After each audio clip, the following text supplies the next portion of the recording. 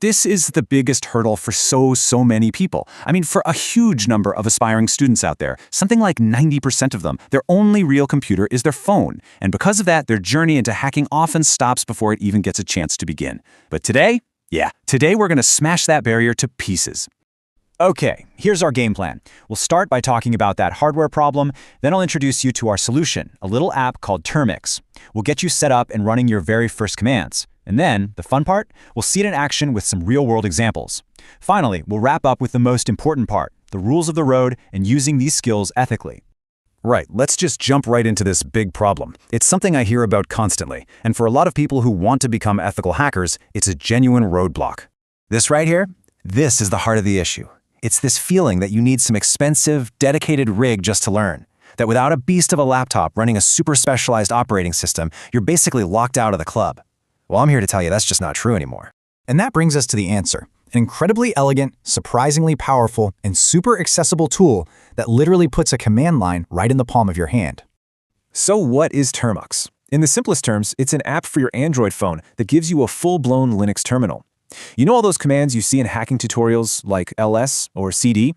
You can run those exact same commands right here on your phone. It basically turns your phone into a mini Linux computer, a portable hacking lab you can carry around anywhere. And what you can do with this is just mind-blowing. We're talking about real cybersecurity work here. You can do open source intelligence, or OSINT, which is just a fancy way of saying you're gathering publicly available info. You can run phishing simulations to understand how they trick people. You can scan for vulnerabilities. Honestly, so much more. For a beginner, it is the perfect playground. Now, I get this question all the time. Do I need to root my phone to do this? And the answer is a big, fat no. Seriously. As you can see on a totally normal, non-rooted phone, you can run almost all of the really useful hacking tools. Sure, some super advanced stuff like Wi-Fi monitoring might need root access, but for everything we're talking about today and for building a really strong foundation in this field, it is absolutely not necessary. All right, enough talk. Let's get our hands dirty and actually start typing. This is where you'll see just how simple it is to get going. Okay, stop. Before you do anything else, listen to this, because it's critical.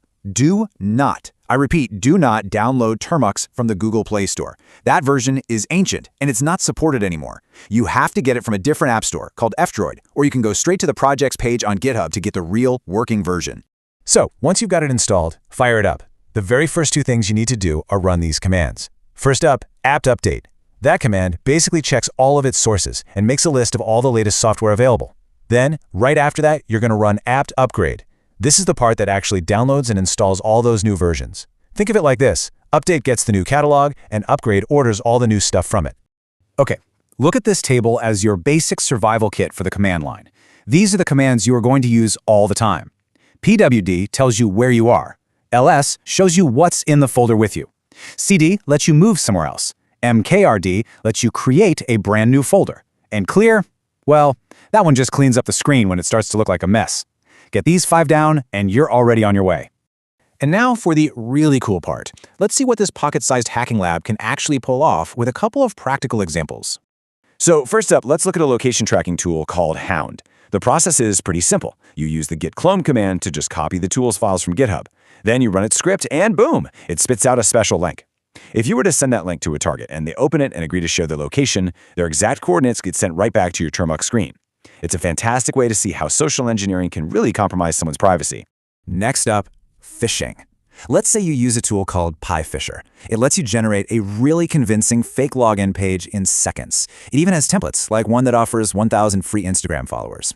The tool creates a link to this fake page, and if a user falls for the trap and types in their username and password, that information pops up, clear as day, right in your terminal.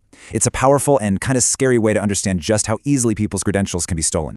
Seeing these tools work is awesome, but it brings us to an absolutely critical point. When you have this kind of power, you also have a ton of responsibility. So it's really important that we talk about the boundaries and the rules of the game. Yeah, we gotta be realistic here. Your phone, as amazing as it is not a supercomputer. Those really heavy-duty tasks, like trying to crack complex passwords or scanning gigantic networks, they're just not gonna be practical on a mobile device. Think of Termux as the perfect gym for learning and practicing your skills. It's not the stadium where you play in the major leagues. And this right here is probably the most important slide of them all. The entire reason we learn these skills is to understand how attacks work, so we can build better defenses, so we can make everyone more aware.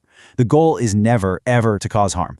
Every single thing you learn has to be used ethically, legally, and always with permission. No exceptions. So there you have it. That big barrier to entry, it's gone. The power to learn, to practice, and to truly understand the world of cybersecurity is literally sitting in your hands right now. The only question left is, what are you going to do with it? Which doors are you going to ethically unlock first?